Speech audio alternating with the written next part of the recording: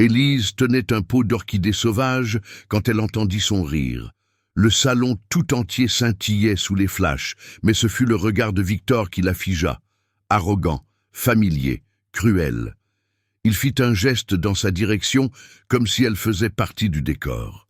C'est incroyable, comme certaines fleurs finissent toujours par retourner dans le mauvais vase, dit-il. Des rires fusèrent, mais il ne savait pas que cette soirée, ces fleurs, ce décor, étaient son œuvre. Et cette nuit-là, Élise lui montrerait que des racines solides peuvent soutenir même le plus silencieux des recommencements. C'était le cocktail d'inauguration du nouveau pôle d'affaires de la ville. Costumes importés, robes chatoyantes, serveurs glissant avec des plateaux de coupe en équilibre. Au centre du salon, une installation florale éblouissait les invités. Des orchidées blanches, des branches d'olivier et de la mousse vivante, tel un jardin suspendu dans le temps. Élise, en tenue simple, s'occupait des derniers détails près de la scène quand elle entendit la voix inimitable de Victor de la Roche résonner. « Tiens, tiens! Qui l'eût cru ?» La jardinière est devenue une pièce d'exposition. Le rire fut immédiat, tranchant. Certains la regardèrent, confus. D'autres dissimulèrent leur embarras. Élise ne répondit pas. Ses doigts continuèrent d'ajuster un ruban de soie sur l'une des tiges. Victor s'avança de quelques pas, une coupe à la main, un sourire glacial aux lèvres. « Tu as toujours été doué avec les fleurs. Il ne te manquait plus qu'à accepter ta place, dans l'ombre. » Et c'est là, entre les pétales et les regards fuyants, qu'Élise sentit le passé frapper à sa porte. Sans cérémonie, sans préavis. Élise Dubois n'avait jamais eu honte de ses racines. Littéralement. Elle avait grandi entre les pots, la terre humide et l'odeur de la lavande. Ses parents tenaient une petite pépinière dans leur ferme à Valenvers, un village du Luberon, où ils cultivaient des plantes pour les fleuristes locaux. C'était une vie simple, mais il y avait une beauté dans le silence des matins et dans la discipline de celui qui arrose avec soin ce qu'il désire voir fleurir. Depuis toute petite, Élise aimait créer des compositions avec des feuilles mortes et des pétales fanés. Pour elle, même la fleur qui se fane raconte une histoire. À 18 ans, elle obtint une bourse partielle pour étudier à l'École nationale supérieure de paysage à Versailles. Elle prenait 2 trains par jour, mais elle souriait quand même, parce qu'elle sentait qu'elle plantait son avenir, même dans un sol aride. C'est en 2e année qu'elle rencontra Victor de la Roche. Il donnait une conférence sur les projets immobiliers durables, un déguisement élégant pour des projets qui arrachèrent le verre pour ériger des tours de verre. Élise posa une question incisive sur l'impact environnemental, et il sourit, intrigué. Après la conférence, il vint la trouver. Il dit qu'il aimait les gens qui pensent hors du pot. Au début, Élise fut charmée. Victor était charismatique, sûr de lui, un homme qui possédait chaque pièce où il entrait. Il l'emmenait dans des endroits qu'elle ne voyait que dans les magazines, louait sa simplicité, disait qu'elle apportait la paix à son chaos. Mais avec le temps, le ton changea. Il commença à corriger ses expressions lors des dîners, à lui suggérer des vêtements plus neutres, à lui demander d'éviter de mentionner ses origines lors des soirées d'affaires. « Tu es brillante, Élise, mais tu dois apprendre à t'adapter. Ou tu seras toujours vue comme une provinciale, disait-il, avec l'air de quelqu'un qui pensait l'aider. Elle le crut pendant un temps. Elle pensa qu'elle devait changer pour trouver sa place dans son monde. Elle commença à cacher son histoire, à adoucir sa voix. Mais plus elle essayait, moins elle se reconnaissait. Jusqu'au jour où Victor disparut simplement pendant 1 semaine entière et revint en annonçant qu'il s'était reconnecté avec une ex-petite amie plus en phase avec sa trajectoire actuelle. Élise ne cria pas. Elle fit simplement ses valises et partit, avec de la terre sous les ongles et le cœur en miettes. Et c'est là que tout commença à s'effondrer. À l'extérieur comme à l'intérieur, le plus grand rêve d'Élise n'avait jamais impliqué la richesse, ni la gloire. Elle voulait une maison avec un jardin et une serre ouverte au public, un lieu où les gens pourraient entrer, s'asseoir sur des bancs en bois au milieu des fleurs sauvages et simplement respirer, un espace d'accueil où chaque plante aurait un nom et chaque visite, un but. Elle appelait ce rêve le jardin retrouvé. Un mélange de pépinière, de jardin sensoriel et d'atelier communautaire. L'idée était née à l'adolescence, quand sa mère apportait des fleurs aux voisins en deuil et que son père assemblait des bouquets simples pour les mariages dans les églises du village. Élise voyait comment les gens étaient émus de recevoir quelque chose de vivant et de beau, même dans les moments de douleur. Les fleurs parlaient là où les mots n'atteignaient pas. Et elle voulait créer un lieu qui cultive exactement cela, la beauté qui guérit. Mais après Victor, le rêve perdit ses couleurs. Élise retourna à Valenvers, honteuse d'elle-même. Non pas pour ce qu'elle avait fait, mais pour ce qu'elle n'avait pas fait par peur de perdre quelqu'un. Elle passa des mois à dire qu'elle réorganisait sa vie, alors qu'en réalité, elle peinait à sortir du lit. Sa grand-mère, Hélène, l'accueillit sans jugement. Elle lui mit une tisane chaude dans les mains et lui offrit le silence, dans les moments où Élise avait juste besoin d'exister. Un jour, Élise sortit d'une boîte le vieux carnet de croquis qu'elle avait gardé depuis ses études. Il était rempli d'idées pour le jardin retrouvé. Des plantes indigènes de Provence, des plants de parterre, des modèles de serre. Elle pleura en le voyant, parce qu'elle le voulait toujours, ça faisait encore mal, et ça semblait encore impossible. Grand-mère Hélène le remarqua. Un après-midi, elle emmena Élise au fond du terrain et lui montra quelque chose. Une petite structure en pierre et en verre que le grand-père d'Élise avait commencé avant de décéder. Il disait toujours que ce serait une serre. Mais il ne l'a jamais finie, dit la grand-mère. Peut-être qu'elle attend que tu la termines. Élise passa les jours suivants à déblayer les débris, à arracher les mauvaises herbes, à poncer des morceaux de bois avec la délicatesse de quelqu'un qui essaie de sauver non seulement un espace, mais soi-même. Elle planta des semis dans des bouteilles coupées, accrocha des citations motivantes entre les pots. Tout était improvisé, mais c'était réel. Avec le temps, les voisins commencèrent à venir. Une veuve en deuil lui demanda un bouquet pour son mari. Un adolescent apporta la plante de sa mère pour la rempoter. Élise commença à accepter des dons, à vendre de petits souvenirs. Elle ouvrit un compte Instagram sous le nom de « Le Jardin retrouve Élise ». Elle travaillait encore le matin dans une jardinerie pour payer les factures, mais tous les après-midi, elle retournait à la serre. C'était le seul endroit où elle se sentait entière. Et c'est là qu'elle réalisa. Même si le monde disait que son rêve était trop petit, il tenait encore parfaitement dans le cœur de ceux qui en avaient besoin. Même avec tout ce qu'elle avait perdu, Élise voulait toujours créer de la beauté. Pas pour être applaudie, mais pour se rappeler, et rappeler aux autres que la dignité peut fleurir même sur le sol le plus blessé. Le profil, le jardin retrouve, Élise grandissait lentement. Quelques abonnés fidèles, beaucoup de curieux. Élise postait des compositions faites avec des matériaux simples, du papier recyclé, des tessons de poterie, des branches de romarin, toujours avec des légendes qui parlèrent de renaissance. Mais la réalité hors de l'écran était moins poétique. Les factures impayées s'accumulaient, et le terrain où se trouvait la serre appartenait toujours à la commune, un lot hérité qui n'avait jamais été régularisé. Un matin brumeux, Élise reçut une notification.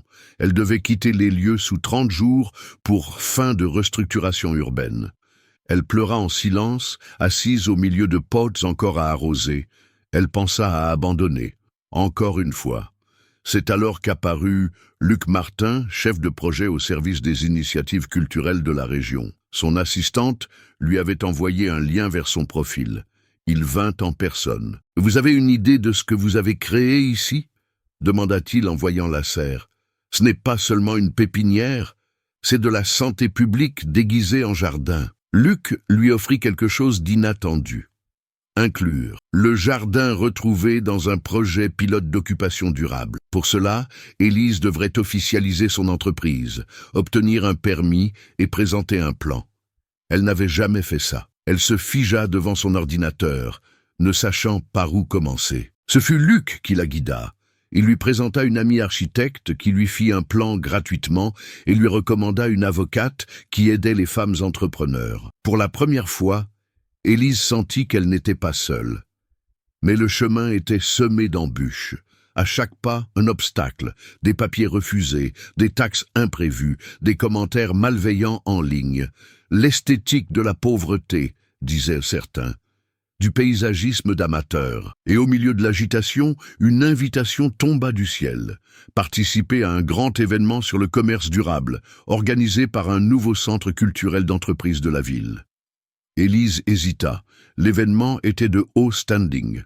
On attendait de la sophistication, pas des arrangements faits de courge et de mousse. Ce sera une bonne occasion de montrer que la durabilité est aussi une question d'esthétique, dit Luc. Votre travail doit être vu. Elle accepta. Elle prépara toute une installation seule, un mandala de fleurs sauvages, de mousse vivante et de lianes tressées. Un hommage silencieux aux forêts oubliées de France. La semaine de l'événement, elle dormit mal, mangea pire. Elle refit l'installation 3 fois. Le jour du montage, elle arriva les yeux cernés, mais le cœur alerte. Quand elle vit le nom sur le bâtiment, son sang se glaça. Tour de la Roche, le même nom de famille qu'elle avait un jour porté comme une promesse d'avenir. Le même nom qui sonnait aujourd'hui comme un rappel de tout ce qu'elle avait dû abandonner. Oui, c'était à lui, à Victor. Elle découvrit qu'il avait acheté l'ancienne gare historique et l'avait transformée en un pôle pour les entreprises durables. Le même homme qui se moquait de l'idée de petites plantes qui ne rapportent rien. Élise pensa à abandonner, à disparaître avant l'ouverture, mais elle ne pouvait pas. Son nom était déjà sur le programme. Son œuvre, à l'entrée principale. Ses compositions disséminées dans chaque salle de conférence. Elle prit une profonde inspiration. Elle se souvint de sa grand-mère qui disait « Si tu fuis chaque fois que la douleur apparaît, tu passeras ta vie à courir. » Alors, elle resta, les mains tremblantes et la tête haute. Et c'est dans cette tension, entre courage et peur, qu'il la revit. L'ouverture officielle de la Tour de la Roche était prévue pour 19 heures. L'invitation était élégante, l'atmosphère raffinée. Un buffet international occupait les côtés du hall restauré, où d'anciennes colonnes rencontraient des structures de verre nouvellement installées. Des invités de marque déambulaient en silence parmi les arrangements floraux d'Élise, les complimentant sans savoir qui les avait créés. Elle était là, invisible, comme elle l'avait toujours été dans le monde de Victor. Elle portait un pantalon en lin écru et une simple chemise blanche, son badge accroché discrètement avec son nom et le titre « Artiste floral invité ». Quand Victor arriva, l'ambiance changea. Les hommes lui serrèrent la main avec révérence. Les femmes le saluèrent par des bises sur les joues. Les photographes officiels de l'événement commencèrent à graviter autour de lui. Il s'approcha de l'installation centrale. Le mandala fait de fleurs du Luberon, chaque pétale représentant un écosystème différent de France. Il fronça les sourcils comme s'il évaluait une sculpture au goût douteux. Et c'est à ce moment-là qu'Élise, de l'autre côté de la pièce, comprit. Il ne l'avait pas encore reconnue. Pendant un instant, elle crut presque qu'elle ne serait qu'un nom de plus sur la liste, jusqu'à ce qu'un journaliste de l'événement s'approche d'elle avec un sourire cordial. « C'est vous l'artiste derrière cette œuvre ?»« Oui. C'est incroyable. Monsieur de la Roche adorerait vous rencontrer. Il veut échanger quelques mots avec les exposants. » Élise hésita. Elle sentit sa gorge se nouer. Elle voulait dire non.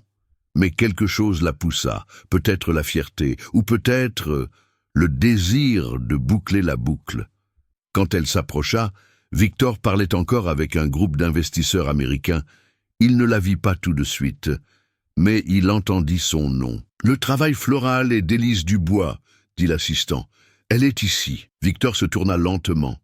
D'abord le regard curieux, puis le choc mal dissimulé, et enfin le vieux sourire, celui avec une pointe de dédain. « Waouh! Élise? C'est bien toi !» Elle se contenta de hocher la tête, le menton levé. « Eh bien, quelle surprise! Je pensais que tu étais retourné. Comment ça s'appelle déjà?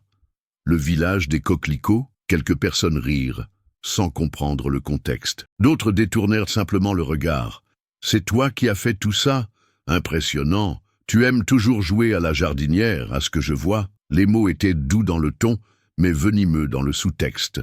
C'est ainsi que Victor avait toujours fait. Il rabaissait avec une ironie déguisée en courtoisie. « Jouer à la jardinière », répondit Élise, le regardant droit dans les yeux pour la première fois. « Non.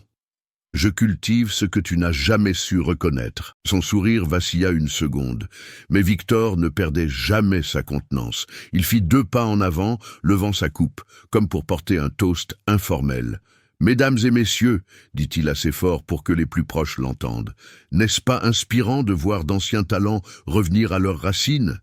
Quelques ricanements ponctuèrent le silence gêné. Quelqu'un murmura « C'est son ex ?» Un autre « Quel malaise !» Élise sentit son estomac se nouer. Le sang pulsait à ses tempes.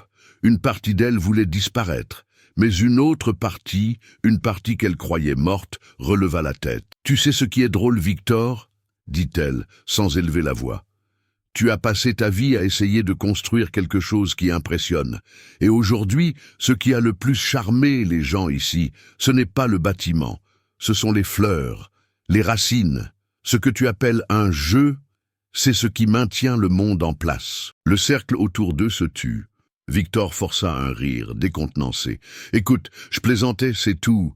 Pas la peine de le prendre si au sérieux. Nous avons une histoire, bien sûr. Mais... » Élise le coupa. « On n'efface pas les histoires avec des blagues. Elles fleurissent, même sur le béton. » Et avant qu'il ne puisse répliquer, Luc, le chef de projet, apparut à ses côtés, avec une main ferme sur son épaule. Voici l'artiste qui signe toute l'identité visuelle de cet événement. Sans elle, rien de tout cela ne serait là. Son travail représente ce que cet espace veut défendre, l'authenticité, la conscience et la vraie beauté. Il y eut un bref applaudissement. Timide, mais sincère. Victor, le visage rigide, se contenta de hocher la tête et s'éloigna en chuchotant quelque chose à son assistant. Il ne la regarda plus de la soirée. Élise resta là quelques minutes de plus, les mains froides, le cœur battant. Mais quelque chose était différent. Pour la première fois depuis longtemps, elle n'essayait pas de prouver quoi que ce soit. Elle était simplement là. Et même si ça faisait encore mal, pour la première fois, elle n'avait pas mal toute seule. Cette nuit-là, lorsque le dernier invité fut parti et que les lumières du hall commencèrent à s'éteindre, Élise resta assise sur les marches de marbre de l'entrée principale. Ses mains reposaient sur ses genoux, encore moites. Sa tête tournait en silence. De l'extérieur, elle paraissait calme, mais à l'intérieur, elle avait l'impression d'avoir traversé une tempête de grêle à peau nue. Ce n'était pas l'humiliation qui faisait le plus mal, c'était le souvenir. La façon dont Victor pouvait encore utiliser les mots comme des lames, même en souriant. La façon dont les rires environnants résonnaient encore, même après la dispersion du public. Et le pire, le fait qu'une partie d'elle se sentait encore comme la même jeune fille qui avait un jour cru avoir besoin de son approbation pour avoir de la valeur. Elle pensa à grand-mère Hélène. Elle pensa à la façon dont sa grand-mère aurait réagi en la voyant là, debout, sans baisser la tête.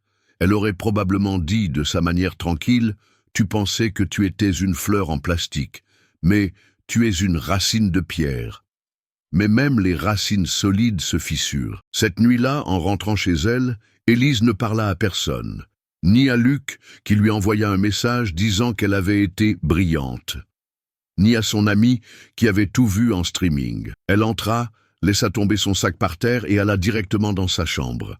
Elle s'allongea tout habillée, et elle pleura, pas les larmes de quelqu'un qui regrette, mais les larmes de quelqu'un qui a enduré plus qu'elle ne se croyait capable. Les jours suivants, elle fonctionna en pilote automatique. Elle répondit aux emails, remercia pour les compliments, servit les clients, mais à l'intérieur, tout semblait suspendu, comme si l'effort d'avoir affronté Victor avait vidé quelque chose en elle.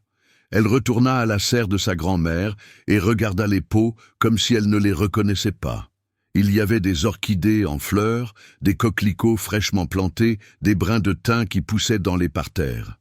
Mais Élise sentait un vide qu'aucune fleur ne pouvait combler. Ce n'est que lorsque grand-mère Hélène apparut, avec 2 tasses de tisane et un silence sage, qu'Élise se confia. « Pourquoi est-ce que ça m'affecte encore, après tout ce que j'ai construit ? Pourquoi ça fait encore mal ?» Sa grand-mère la regarda avec tendresse. « Parce que tu n'es pas malade, tu es vivante, et quiconque ressent est encore en train de fleurir. » Élise pleura de nouveau.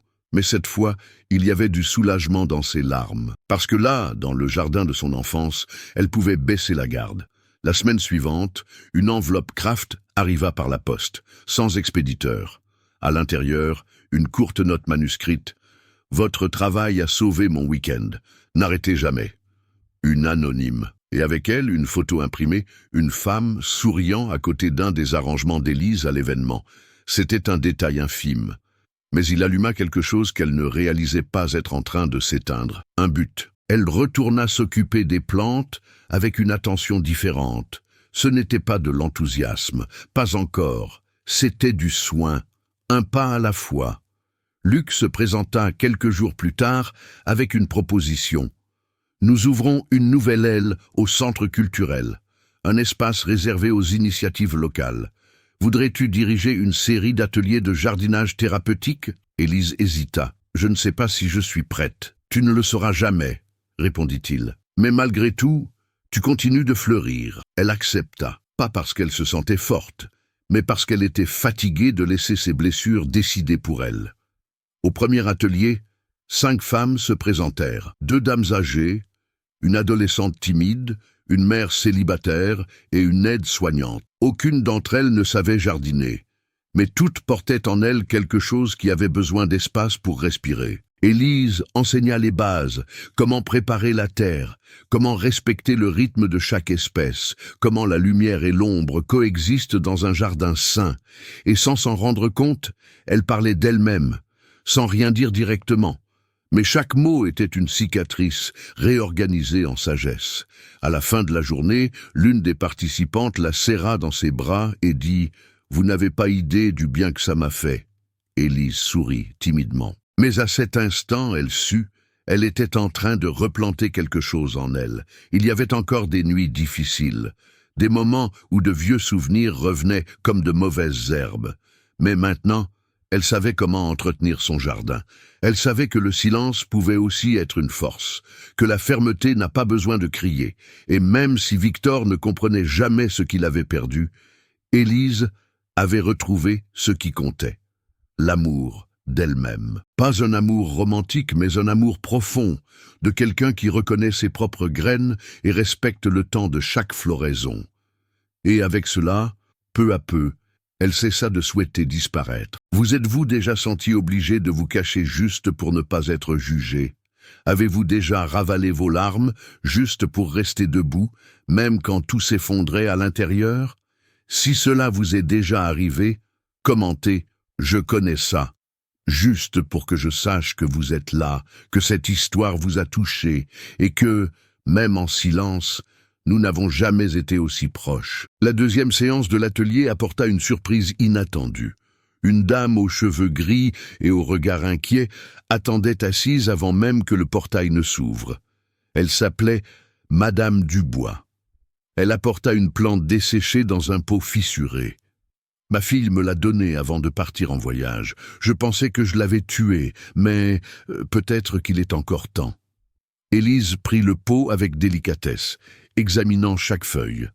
Si la racine est vivante, il est toujours temps. Et en parlant, elle se rendit compte qu'elle ne parlait pas seulement à Madame Dubois. Elle se parlait à elle-même. Cette semaine-là, quelque chose changea. La lumière revint dans les yeux d'Élise quand elle parlait des plantes. Elle recommença à visiter les marchés de producteurs, à échanger des boutures avec les voisins, à dessiner de nouveaux arrangements à la main. Les idées venaient naturellement. Elle n'essayait plus d'impressionner qui que ce soit. Elle était simplement celle qu'elle avait toujours été. Et c'était suffisant. Un jour, Luc arriva avec une proposition audacieuse. Le centre culturel organisait un événement pour honorer les entrepreneurs sociaux. Ils demandèrent des nominations de projets alliant impact et beauté.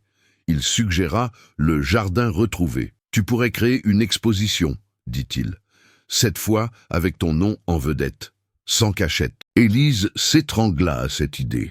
Elle se souvenait encore du goût amer de cette soirée à la Tour de la Roche. Mais quelque chose en elle, peut-être la colère, peut-être l'amour-propre, ne voulut pas fuir. « Il est temps de raconter cette histoire de la bonne manière », répondit-elle. Pendant des jours, elle travailla sans relâche. Elle construisit une nouvelle installation avec des fleurs vivantes, jaillissant de morceaux de meubles cassés, comme si la beauté émergeait de la ruine. Chaque recoin racontait un morceau de son parcours, son enfance à la campagne, l'abandon, le silence, la reconstruction. Il n'y avait pas de nom d'ex, pas de vengeance. Il y avait la renaissance. Alors qu'elle installait tout dans le hall de l'événement, elle fut surprise par une voix familière. Besoin d'un coup de main avec cette base? C'était Madame Dubois, maintenant avec la plante de sa fille en pleine convalescence. Elle n'était pas seule. D'autres femmes de l'atelier étaient venues aussi. Elles apportèrent des fleurs, des mots de soutien et des mains prêtes à porter tout ce qui était nécessaire. Là, pour la première fois, Élise sentit qu'elle ne fleurissait pas seulement seule. Elle créait un jardin où d'autres pouvaient aussi fleurir, un jardin où la douleur devenait du terreau et le soutien des racines. Le soir de l'événement, elle portait une robe simple en lin écru, avec une petite broche en bois en forme de feuille, cadeau de l'une de ses élèves. Pas de talons, pas de maquillage appuyé.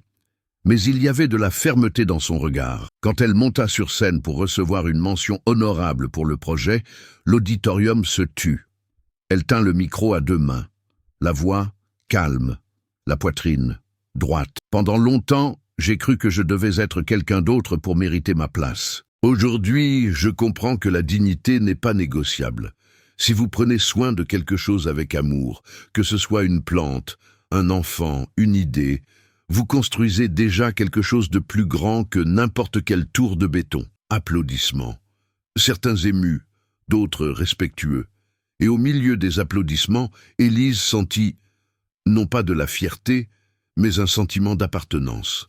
À la sortie, une adolescente l'aborda timidement. « Excusez-moi, je vous suis sur Instagram et je voulais juste dire que votre contenu m'a aidé dans un moment très difficile. » Élise sourit, sincèrement. « Merci de me le dire, c'est pour ça que je fais ce que je fais. » Cette nuit-là, en rentrant chez elle à pied sous un ciel sombre et clair, elle leva les yeux et pensa à sa mère, à son père, à sa grand-mère et à toutes les versions d'elle-même qui avaient un jour douté de leur propre valeur. Et elle comprit.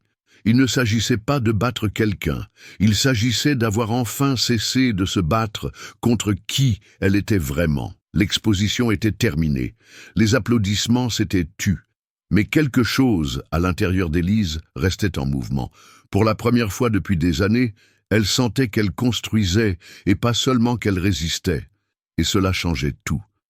Le jardin retrouvé n'était plus seulement une serre au fond du jardin de sa grand-mère. Il commença à être sollicité par des écoles, des associations et même des entreprises intéressées par des ateliers de bien-être. Élise, cependant, refusait les propositions qui dénaturaient son essence. « Il ne s'agit pas de profit rapide, » disait-elle. « Il s'agit d'enseigner à prendre soin. » Et prendre soin était quelque chose qu'elle faisait désormais non seulement avec les plantes, mais avec elle-même. Elle se levait toujours tôt. Elle lavait toujours les peaux de ses propres mains. Mais peu à peu, elle commença à mieux organiser ses journées. Elle se réservait 1 heure par semaine juste pour dessiner de nouveaux projets. Elle apprit à dire non aux événements qui vidaient son énergie sans retour. Elle commença une thérapie, silencieuse au début, révélatrice ensuite. Elle découvrit que beaucoup des voix qui la faisaient douter venaient de l'intérieur. Des voix plantées, arrosées et cultivées par des années de mépris déguisées en amour. Un samedi après-midi, assise sur la terrasse avec grand-mère Hélène, Élise dit doucement « Je pensais que je devais devenir quelqu'un d'autre pour être respectée, mais peut-être que j'avais juste besoin de me souvenir de qui j'étais. » Sa grand-mère sourit, en prenant une bouchée de clafoutis. « Ma chérie, tu n'as jamais oublié. Tu étais juste trop occupée à essayer de rentrer dans les chaussures de quelqu'un d'autre. » Et c'était ça. Élise avait cessé d'essayer de rentrer dans un moule. Maintenant, elle créait son propre espace, un espace qui sentait la verveine et où une musique douce jouait à la radio. Les ateliers prirent de l'ampleur. Madame Dubois devint bénévole permanente. L'adolescente timide de l'événement devint sa stagiaire. Luc, désormais un partenaire constant, proposa une collaboration entre le jardin retrouvé et un programme de réinsertion pour les femmes sortant de prison. « Tu peux enseigner plus que le jardinage, Élise. Tu peux enseigner la dignité. » Elle accepta. Avec peur, mais avec foi. Au début, elle sentit le poids de la responsabilité. Certaines femmes arrivaient silencieuses, dures. Mais il suffisait de 2 ou 3 après-midi, les mains dans la terre et les yeux sur une graine en germination pour que quelque chose se brise, et ensuite fleurisse. Élise commença à tout documenter. Elle créa une petite chaîne en ligne appelée « Croître en silence ». De courtes vidéos avec des conseils de culture, des histoires de renaissance, des réflexions sur le temps et la résilience. Rien de scénarisé, juste la vérité. L'audience grandit lentement, mais avec profondeur. Les commentaires affluaient de partout. « Tu m'as aidé à respirer à nouveau. J'ai trouvé la paix en te regardant parler des plantes. Je n'avais jamais pensé que moi aussi, je pouvais fleurir. Pourtant, il y avait des jours difficiles. Des jours où l'insécurité frappait sans prévenir, où la fatigue serrait sa poitrine comme une pierre. Mais maintenant, Élise ne fuyait plus. Elle s'asseyait, elle respirait, elle attendait que ça passe. Elle savait que même les plus belles fleurs ont besoin d'ombre pour grandir. Un soir, après une longue journée, elle reçut un message inattendu. Il venait du nouveau comité de conservation du patrimoine de la région. Un projet gigantesque, une foire internationale de l'innovation écologique en partenariat avec des universités et des entrepreneurs sociaux. Ils invitaient Élise à signer la direction artistique florale de l'événement. Cette fois, elle n'hésita pas. Elle accepta avec calme. Et elle proposa quelque chose d'audacieux. Que les fleurs soient cultivées localement par des projets sociaux de communautés défavorisées. Je ne veux pas seulement livrer de la beauté. Je veux qu'elle ait une histoire. Le comité approuva, et c'est dans ce nouveau défi qu'Élise se retrouva face à un miroir qu'elle avait autrefois évité. Elle regarda son reflet, les cernes, les cheveux attachés à la hâte, le regard ferme. Elle sourit, pas parce que tout était parfait, mais parce que finalement, elle se reconnaissait. L'événement devait se tenir dans le pavillon le plus emblématique de la ville, les anciens entrepôts ferroviaires transformés en centre d'exposition. Ce seraient 3 jours de foires, de conférences, d'expériences sensorielles et d'installations artistiques, tout axé sur les solutions durables. Le jardin retrouvé fut invité à créer le projet d'ambiance florale de toute la structure. Pas seulement un espace, mais l'événement entier. Cette fois, Élise n'entra pas par la porte de service. Elle entra par la grande porte, accompagnée d'un groupe de femmes qui formaient désormais son équipe permanente. Chacune avec son histoire, chacune avec ses marques, mais toutes unies par la même mission, transformer la terre en poésie. Elle dirigeait avec douceur et fermeté. Elle déléguait des tâches, approuvait des croquis, organisait les équipes. Elle portait un pantalon de tailleur beige, une chemise en lin clair et une broche en forme de feuille sur la poitrine. Désormais, sa marque personnelle. Les cheveux attachés nonchalamment, les yeux attentifs à chaque détail. La veille de l'ouverture, tout était prêt.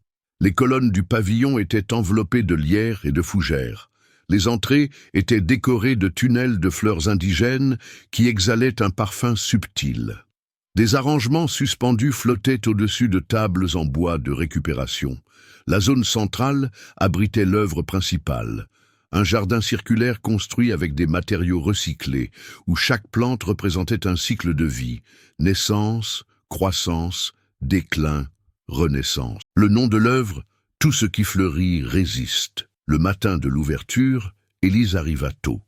Elle parcourut les installations en silence, comme quelqu'un qui prend soin d'un sanctuaire.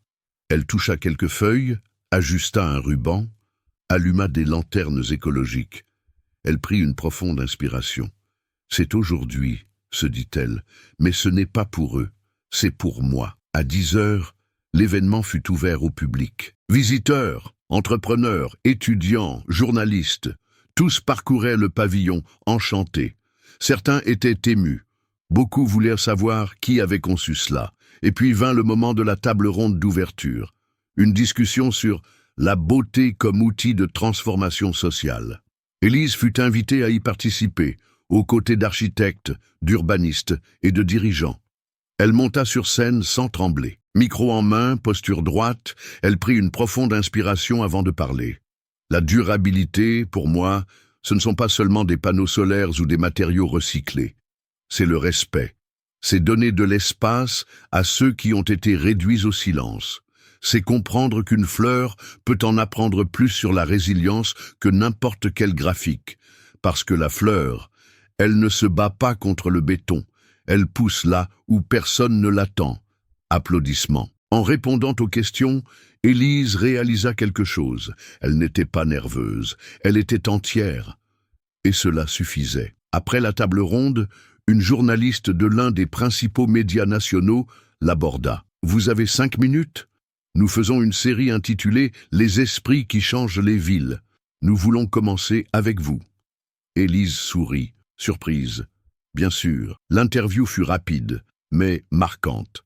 La journaliste l'interrogea sur ses origines, sur ses débuts. Et pour la première fois, Élise n'hésita pas à dire « Je viens d'une famille de paysans.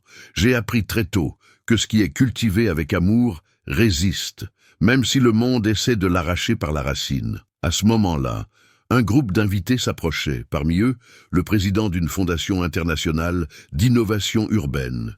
Et, ironiquement, Victor Delaroche. Elle le vit avant qu'il ne la voie, mais elle ne détourna pas le regard. Il s'avançait en souriant comme toujours, entouré d'influence, de charme et d'apparence. Mais en arrivant près de l'œuvre centrale, ses yeux s'arrêtèrent sur le panneau où l'on pouvait lire « Conception florale, Élise Dubois, le jardin retrouvé ». Il lui fallut 1 seconde, et puis il la vit. Contrairement à la dernière fois, Victor ne rit pas. Il ne se moqua pas non plus. Il se dirigea simplement vers elle d'un pas hésitant. « Élise », dit-il, comme s'il cherchait le ton juste. Elle le regarda avec tranquillité. « Victor, j'ai vu ton travail, c'est impressionnant, vraiment. Merci. » Il regarda autour de lui, essayant de reprendre le contrôle de la conversation. « Tu as vraiment pris une belle revanche. » Elle sourit, doucement. Mais ce n'était pas un sourire de retrouvailles, c'était le sourire de quelqu'un qui n'avait plus besoin de permission pour exister. « Je n'ai pas pris de revanche, Victor. J'ai simplement cessé de tourner en cercles qui n'étaient pas les miens. » Il sembla sans voix. Il tenta un rire, mais il sonnait creux. Et bientôt, il s'éloigna, avalé par une foule de gens qui ne s'inclinaient plus devant les noms de famille, mais devant les histoires qui les touchaient. Plus tard, Élise remonta sur scène pour présenter un projet d'expansion du jardin retrouvé avec les écoles publiques. Elle fut ovationnée. Elle obtint des dons, noua des partenariats, ouvrit des portes. Mais à la fin de la journée, ce n'est pas cela qui la comblait. Ce qui l'émut, ce fut de rentrer chez elle, d'enlever ses chaussures, de s'asseoir sur la terrasse avec grand-mère Hélène et de regarder le ciel orangé de la fin de l'après-midi en écoutant le bruit des feuilles dans le vent. Parce que c'était là, loin des projecteurs, des titres et des blessures, qu'Élise savait, avec certitude, qui elle était devenue. La répercussion de la foire fut immédiate. Le lendemain, Élise se réveilla avec son téléphone vibrant par vagues continues. Messages, notifications, invitations. Son nom était sur les réseaux sociaux, dans les journaux locaux, même dans une émission de télévision matinale qui montrait l'installation « Tout ce qui fleurit résiste » comme un symbole d'innovation sensible. Mais rien ne l'avait préparée à l'interview parue dans l'un des magazines les plus lus du pays. Sous le titre « Elle a transformé le rejet en racine ». L'histoire d'Élise Dubois, la fleuriste qui change notre façon de voir la beauté et l'impact. L'article commençait par un extrait de son discours à l'événement et se poursuivait par un récit captivant montrant ses origines, les ateliers, la force derrière la simplicité. Le journaliste décrivit le travail d'Élise comme une poésie vivante, germant dans les fissures que le monde a toujours ignorées. Le public réagit. Les commentaires émus s'accumulèrent. Je me souviens quand ma grand-mère disait qu'une fleur n'est pas une décoration, c'est une résistance. Cette femme me représente. On ne m'a jamais vu. Maintenant je comprends que je peux fleurir quand même. Elle a parlé comme si elle avait lu mon histoire. La chaîne Croître en silence explosa en nombre d'abonnés. D'anciennes vidéos furent redécouvertes et les messages continuaient d'affluer. D'adolescents en convalescence, de mères célibataires, de femmes récemment sorties de prison. Élise ne répondait pas à tous, mais elle lisait chacun d'eux, les yeux humides et la poitrine serrée de gratitude. Pendant ce temps, de l'autre côté de la ville, quelqu'un regardait aussi l'interview, mais dans un silence amer. Victor Delaroche. L'entrepreneur à succès, Le nom derrière des projets gigantesques était maintenant confronté à une ironie cruelle. Lors de son propre événement, la figure la plus commentée n'avait pas été lui, ni ses projets, mais elle. Certains investisseurs avec qui il entretenait des relations commencèrent à citer le travail d'Élise comme un exemple de branding authentique. L'un d'eux, lors d'un dîner, commenta « C'est ce genre d'initiative qui attire le public jeune maintenant. Avez-vous vu son impact? C'est authentique, chose rare. » Victor dissimula son agacement. Il rit, dit que oui, très inspirant.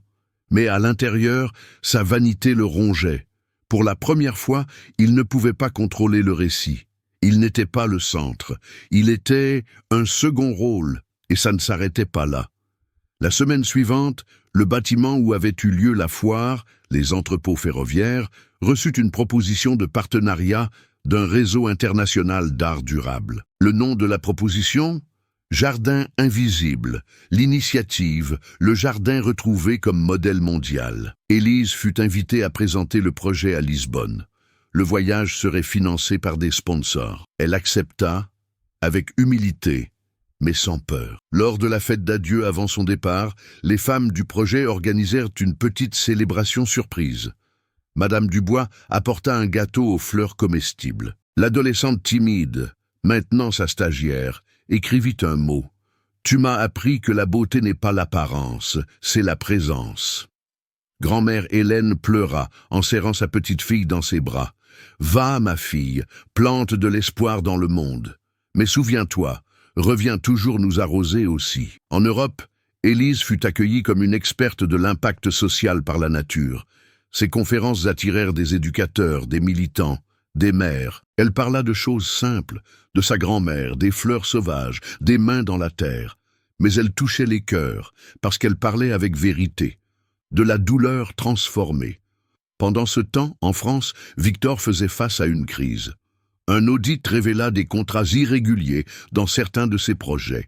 Il ne fut pas formellement accusé, mais son nom apparut dans des reportages et des documents. Sa réputation, autrefois intouchable, commençait à se ternir. Isolé, il revoyait les interviews d'Élise sur son téléphone. Parfois, il mettait en pause, rembobinait. Il semblait chercher quelque chose, peut-être un passé qu'il ne pouvait plus manipuler. Il essaya de lui écrire. Un email court, plein de remords discrets et de termes vagues. « Je suis heureux de ton évolution. J'avoue que j'ai été ému de voir tout ce que tu as construit. Si un jour tu veux discuter, je suis à ta disposition. » Élise le lut et ne répondit pas. Pas par colère, ni par orgueil, mais parce qu'il n'y avait plus rien là. Aucune conversation à avoir, aucun compte à régler. Son histoire ne croisait plus la sienne, et cela, peut-être, était la réponse la plus ferme que l'on puisse donner. De retour en France, Élise décida qu'il était temps d'officialiser l'expansion du jardin retrouvé. Avec le soutien de Luc et de nouveaux partenaires, elle ouvrit un deuxième noyau du projet dans une banlieue défavorisée du Sud, axée sur l'accueil des femmes sans abri. L'espace fut baptisé la Station Racine, en hommage à la voie ferrée où tout avait fleuri. Lors de l'inauguration, l'un des intervenants de l'événement de Lisbonne envoya une vidéo. Élise nous rappelle que la véritable révolution commence petit, avec un pot, une histoire, un choix, et elle se propage comme des graines emportées par le vent. La foule applaudit. Mais Élise se contenta de sourire et retourna faire ce qu'elle avait toujours fait, arroser un nouveau parterre. Silencieuse, ferme, présente, elle ne cherchait pas la gloire, elle n'avait jamais voulu de podium, mais maintenant, il était impossible de ne pas la voir. Parce que quand quelqu'un fleurit vraiment, sans hâte, sans cri, sans masque, le monde s'incline, pas par obligation, mais par respect. Élise avait toujours cru qu'elle était trop petite pour le monde dans lequel elle voulait exister. Non par manque de capacité, mais parce que le monde autour d'elle semblait trop bruyant, trop rapide, trop dur pour quelqu'un qui apprend à grandir en silence. Mais maintenant, en regardant le nouveau jardin suspendu de la station Racine, elle le savait. Le problème n'avait jamais été sa taille. C'était l'espace que les autres n'étaient pas prêts à offrir. La vie a appris à Élise que la dignité ne s'exige pas à grands cris. Elle se plante par des gestes quotidiens, se cultive par des choix courageux et se récolte lorsque, même avec la peur, on décide de rester debout. Pendant longtemps, elle a confondu l'invisibilité avec la protection. Elle pensait que si elle restait tranquille, si elle s'intégrait, si elle ne dérangeait pas, elle serait acceptée. Mais faire taire ce que l'on est, c'est aussi mourir, lentement, douloureusement, comme une plante arrosée avec la peur. Aujourd'hui, elle comprend que sa force n'a jamais résidé dans son adaptation à des environnements hostiles. Elle résidait dans sa capacité à transformer n'importe quel sol, aussi aride soit-il, en un espace fertile pour elle-même et pour les autres. Et cela n'est pas arrivé du jour au lendemain. C'est venu de chutes, de pertes, de nuits blanches et de la persévérance à continuer même sans applaudissements. Le respect qu'elle a si longtemps cherché dans la voix des autres fleurit aujourd'hui dans le regard de chaque femme qui passe par les ateliers et dit avec fierté « Moi aussi, je peux le faire ». Parce que le plus transformateur dans le parcours d'Élise n'a pas été la reconnaissance publique, ni les invitations, ni les projecteurs. Ce fut la redécouverte de sa propre voix, cette voix que Victor avait essayé de faire taire, que la peur avait essayé d'avaler, que le monde avait essayé de faire paraître faible, mais qui a résisté et qui résonne maintenant, non pas comme un cri de revanche, mais comme une graine lancée au vent. Une graine qui dit « Tu n'as pas besoin de te rabaisser pour trouver ta place. Tu n'as pas besoin d'être vu par tout le monde pour avoir de la valeur.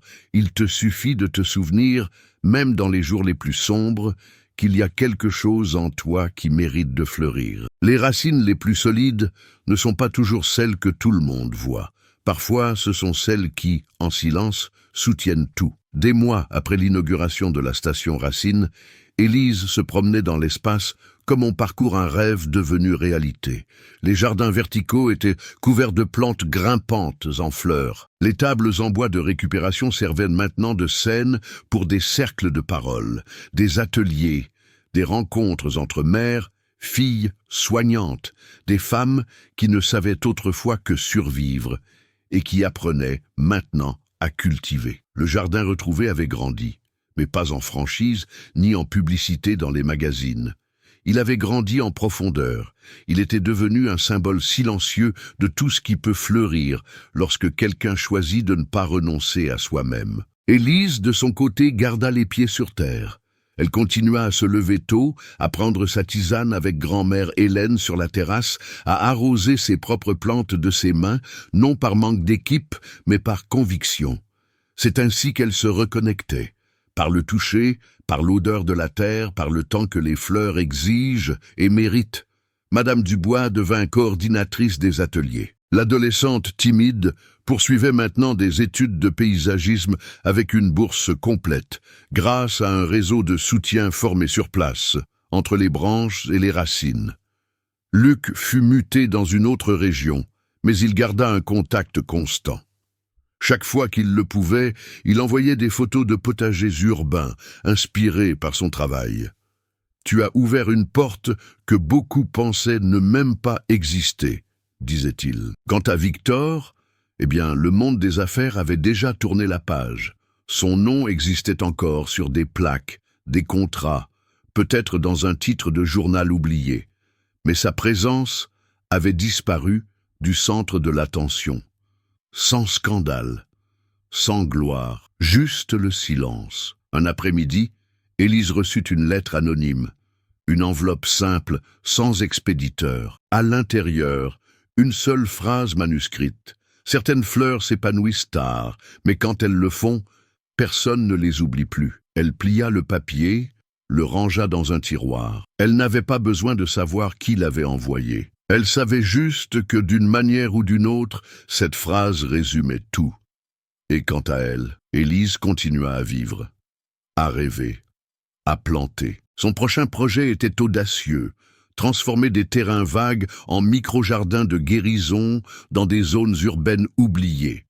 Elle savait que ce serait difficile, mais maintenant, elle ne marchait plus seule. Elle avait une forêt autour d'elle. Et la nuit, quand tout se taisait, elle s'asseyait à côté de grand-mère Hélène, regardait le ciel et pensait « Rien de tout cela n'aurait été possible si j'avais cru que ma valeur dépendait de ceux qui me regardaient de haut. Parce qu'au final, la fleur la plus forte est celle qui apprend à pousser même quand personne n'y croit. Si cette histoire vous a touché d'une manière ou d'une autre, laissez un pouce bleu. Il montre que des histoires comme celle-ci méritent d'être racontées. Dites-moi dans les commentaires depuis quelle ville vous regardez. Je lis tout avec attention et je réponds dès que je peux. Et si vous croyez au pouvoir de recommencer, dans le silence, dans la douleur, dans la beauté qui germe lentement, abonnez-vous à la chaîne. Ça ne fait que commencer, et chaque nouvel abonnement est ce qui me donne la force de continuer. Ne partez pas tout de suite. Choisissez l'une des 2 histoires qui apparaissent à l'écran et retrouvez-moi dans la prochaine vidéo. Je vous y attends.